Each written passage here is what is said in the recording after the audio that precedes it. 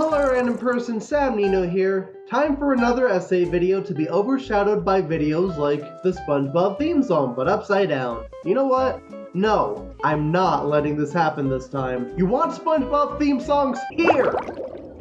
They're in the corner of the video. Now you can watch this all the way through. Bitterness aside, when you think of SpongeBob Game Trilogies, what do you think of first? If you think of anything else but the Heavy Iron games, then you're lying to me. I'm of course talking about Battle for Bikini Bottom, the movie game, and Truth or Square. However, what if I told you there was another trilogy, all made by a different studio?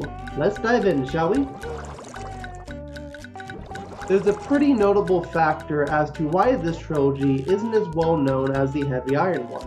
The Heavy Iron games were on multiple consoles, from PlayStation, Xbox, GameCube. This trilogy is exclusive to the DS. Okay, enough suspense. I'm talking about the Altron trilogy, a game developer known for making many licensed games, with their first game being Home Alone for the SNES. They also made a ton of Nickelodeon titles, most notably Nicktoons Freeze Frame Frenzy. Now that I explain who made the trilogy, let's talk about the trilogy itself, starting with... When you think of Atlantis SquarePantis the video game, you might think of the console version. The version with mini-games and a kid-eyed Spungle grab staring into your soul as he explains the levels. However, this was made in the 2000s, where smaller and often misleading ports were made for handheld/PC. This happened to BFBB in the movie, for instance. Atlantis was no exception with its DS and GBA ports. Instead of mini-game compilations, both of them were platformers, both being made by Altron. Despite both ports being made by Altron, I'm only talking about the DS version, which is a 3D platformer based on the TV movie. SpongeBob Patrick finds a amulet, so his friends join them to find the lost city of Atlantis. They create their own twists and turns on the story as well. For example, instead of going from Bikini Bottom straight to Atlantis, they add a pit stop where you go to Mook Continent, where you have to find crystals in the volcano and a coral cave. Since this is on the DS, you might think this would be inferior to the console version, but I'm gonna be real with you. This version is so much better. I think the gameplay is better and utilizes the atmosphere of the special much more. The console version just has many games loosely connecting to events of the special, where here, you're much more invested in the journey. Sure, there's many games as well, but I think they're better handled than in the console version. Plus, this has gameplay elements that I wish were in more SpongeBob games, such as being able to play as the main five.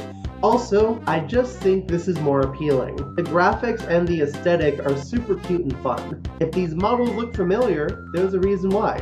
The gang's designs are remakes of the Battle for Bikini Bottom ones, except for SpongeBob. However, this game isn't without its faults, unfortunately. But the faults are honestly very minor. The big one might be me being a shit gamer, but I couldn't figure out the Sandy's combat minigame at all. I simply beat it out of sheer luck. I also wish Squidward had more of a purpose in the game itself. When you beat the entire game, he is an unlockable character, but I sort of wished he was involved in the main game itself, especially since he's along for the ride the entire game. Also, some of the character sound bites can be strange. They didn't get the original VAs for this game, but I'm not that upset by it since they don't speak. However, SpongeBob should not sound deeper than Patrick.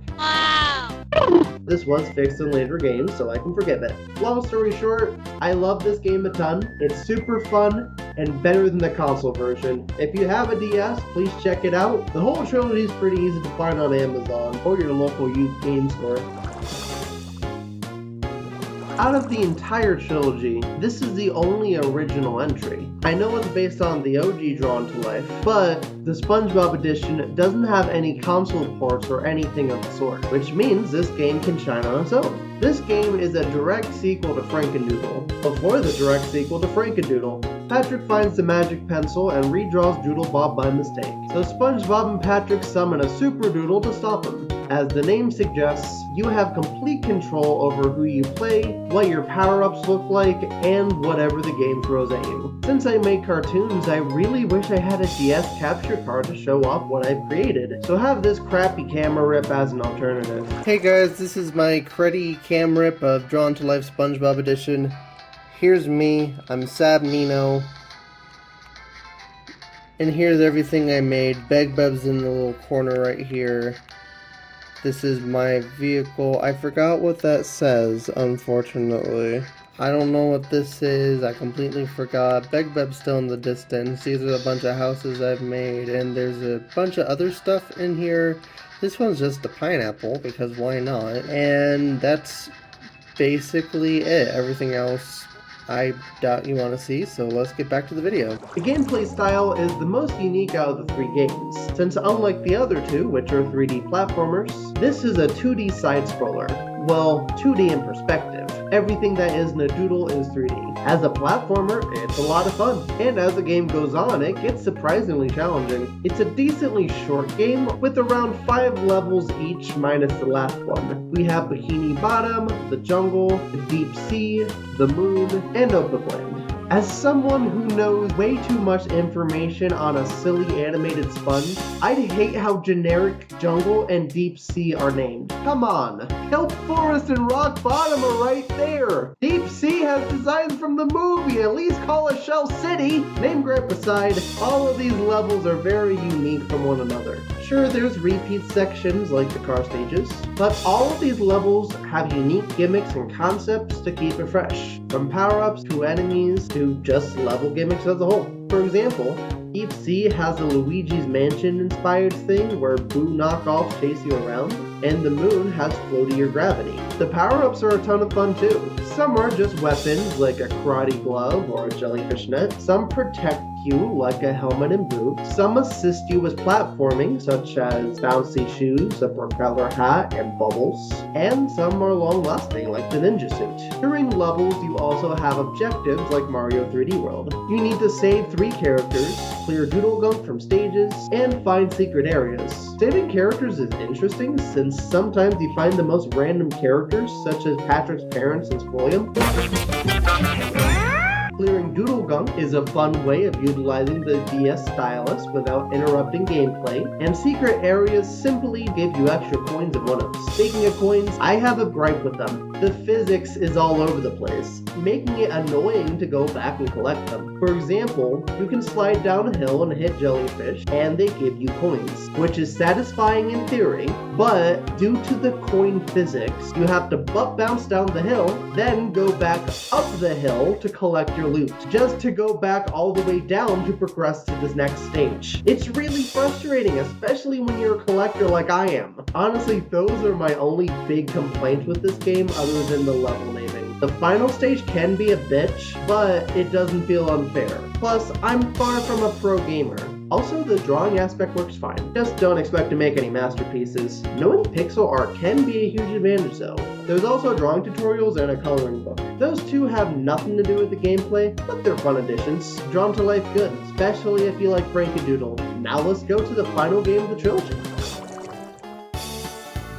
Just like Atlantis SquarePantis, Truth or Square is meant to tie into the console version. So just like Atlantis, it's not the exact experience, but unlike Atlantis, it's pretty faithful to the console port, just with Ultron's usual adorable flair. Look at this gameplay, isn't it cute? This was my favorite solely for visuals alone. This reeks of that cutesy 10th anniversary aesthetic, and I love it so goddamn much. Visually and auditorially, this game is a massive improvement from Atlantis. SpongeBob's much more expressive in this since they create a lot more face sprites, which is a nice touch since in the console version SpongeBob's also very expressive. Plus the audio clips are much better too. SpongeBob sounds much higher as he should be, and Patrick uses SpongeBob's old sound bites just made deeper to fit his voice range. Also, you know how in the console version SpongeBob never shuts up?